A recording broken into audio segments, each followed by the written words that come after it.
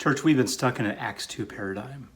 I don't mean by that Acts 2:38 just that we have this verse of repent and be baptized, receive the Holy Spirit, your sins will be forgiven. I'm not just even talking about that. I'm talking about the fact that the apostles are in Jerusalem and that the nations have come to them, to their doorstep, and the Holy Spirit has enabled them to speak languages so that the crowd could understand the message of Jesus, Messiah, the Son of David, and so that they could understand this message of new life in the kingdom. So we're in an Acts 2 paradigm because we live in the United States of America where we speak English. We have the countries coming to us. We're able to go to them and speak to them in English. And in various countries all over the world, we are very Acts 2. We build a facility. It's attractional. People need to come to us. People need to speak our language. And so there's not a lot of cross-cultural work that we've had to do. It's just been so easy. You build it and they come, and we've built it and they've come to a point. But now that's no longer the case because the world is changing, the culture is changing, and the paradigm has to shift from an Acts 2 paradigm to an Acts 10 paradigm. In Acts 10, Peter, very same Peter as in Acts 2, is having a dream, and he dreams about this sheet of animals coming down, and God says to him, "Get up, Peter, kill and eat." Well, on that sheet of animals, there's all kinds of animals. There's clean animals and unclean animals, and he's never eaten an unclean animal as a Jewish male, as a faithful Jewish male. So he says, "Lord, I can't do that." God shows him the vision 3 times, and at the end of that vision, God says to him, "Do not call anything that I have called clean as unclean." Well, about that time, Peter gets a knock at the door. God has informed him that visitors are going to come from Cornelius. God has informed Cornelius to send visitors to come find Peter at Joppa at Simon the tanner's house. And so the Gentiles have come to seek out Peter. But Peter has these big reservations. Because it's not an Acts 2 moment anymore, where the nations just come to him and he gets to speak in his own language in Jerusalem, his own hometown. It's Jerusalem, Galilee up there was more of like his area, but Bethsaida, I think it was. But my point is that Jerusalem is like the most comfortable city to be in if you're Jewish. But now all of a sudden, Peter is called to go with Gentile men, to go with unclean, non-Jewish people, and to go into Cornelius's house, this Gentile centurion who's a God-fearer.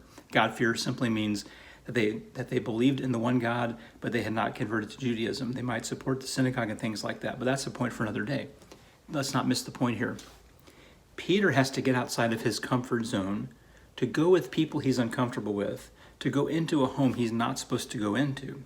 So Peter even says, "You know that it's not right for me to come into your home, that this is not our custom, this is not the way it's supposed to work. But because God told me in the dream to not call anything unclean that God has called clean, that I'm here, I'm listening because God has my attention." We need an Acts 10 moment. We need a moment that shifts us from Jerusalem to Gentile households. We need that push, that drive out of our comfort zone, out of all the comforts that God has given us in Western 21st century Christianity, of comfortable buildings, of a common language, of being able to build things and people just come right into them. That is not going to work in the next 10 years. That may not work in the next year, okay? So we need an Acts 10 moment where we take the initiative, God takes the initiative, and we follow him to go into uncomfortable situations, to cross cultural and religious lines, to even cross, if need be, language barriers for the burden to come back to us. You see, in Acts 2, it doesn't really feel like the burden is on the apostles. It feels like the burden is on the crowd. But in Acts 10, the burden gets placed on Peter, because Peter has to do things that all his life he has been taught were not comfortable things, were not things that he should be doing. And we are in the West, Western Christianity, unless we're willing to be uncomfortable, unless we're willing to go to them into places we are uncomfortable with, to speak in ways that we are not accustomed to, we are not going to do well. And not only that, it's not about us doing well. The gospel is not going to thrive. It's not going to expand. It's not going to multiply the way that it was. You know, we send missionaries all over the world. I had a friend who became a missionary in Africa, and part of what he had to do was learn a language to learn a second language, okay? He literally had to learn Portuguese to learn a dialect there in Africa. And he had to learn countercultural understandings and anthropology and all these things to know their culture and values, to go and relate with them, to communicate with them. Well, guess what? The whole world has come here, and the religious landscape has changed all around us. The comfortable conversations of the past, of the 1800s, the 1900s, the 1990s, the 2000s, those comfortable conversations where we have common ground and commonality of where we're starting with the people who we're talking to, that conversation is over, okay? We are going to have to learn how to have conversations with people who we are not comfortable with. The fastest growing religious group in America are agnostics, okay? They are unchurched or de-churched. They have maybe never been a part of a church or got burned by church and are gone. That is a completely different conversation than trying to convince a Baptist to become Church of Christ or a Methodist to become Lutheran or something like that, where everyone coming into the conversation believes that Jesus is the Lord, the resurrection of the dead, the inspiration of the scriptures. You don't have to sit down and have a conversation with them about why the Bible is a different kind of book than any other book that's ever been written, okay? Because you have commonality and common ground. But as the culture changes, that commonality and that common ground that we share with other people is being stripped away. And if we go to our go-to, we are not going to make it. Because our go-to is, they must come to me, Acts 2. They must speak my language and hear me in a way that I don't have to make many adjustments, okay? And that's Acts 2. Acts 10 says, no, now the gospel is shifting cross-culturally, and so now there have to be changes in the approach. Now there have to be changes in who the burden shifts to. Acts 2, the burden seems to be on the crowd. Acts 10, the burden seems to be on Peter. We have lived in Acts 2 my whole life until the last 10 years. And now we live in an Acts 10 situation where God needs to show us new visions. God needs to give us new dreams. God needs to challenge our sensibilities, because there are people we are not reaching, not because they don't need to be reached, but because we're uncomfortable with them. And that's not godly, and that's not loving. And so I have to change my own approach from being very theoretical to being practical and a practitioner of the things that I believe are most important. That's going to take work on my part. We've been handing out door hangers in the neighborhood around us for a candlelight service tomorrow that hopefully, please pray for this, does not get rained out. Well, probably half the people who I ran into over there are Korean. And I had very much a language barrier between us on trying to explain what's going on. And it dawned on me, Matt, you may need to learn Korean this next year in 2021 to start into learning a new language, to challenge yourself in areas that you've never considered before, because those people are that worth it. So there's a change in paradigm that's going to need to take place, and it's changing from an Acts 2 paradigm to an Acts 10 paradigm where, again, we've been used to the world just coming to us. We're the United States of America, and we've got it all together, and you come here to learn, and we send our people to you to teach you the way we do things here. And what you ended up with in like Africa were like 1950s churches of Christ in African cultures, which made no sense whatsoever. But now there are people from Africa coming to America to evangelize us. The seeds that we planted sprouted into kingdom growth, exponential kingdom growth in the South and in the East and the world, that are now coming back to the United States to teach us how to make disciples, to teach us how to reach the nations, to teach us how to plant churches. It is beautiful, it is wonderful, but we are being shaken up, and our hegemony within the West is being challenged. It's being questioned.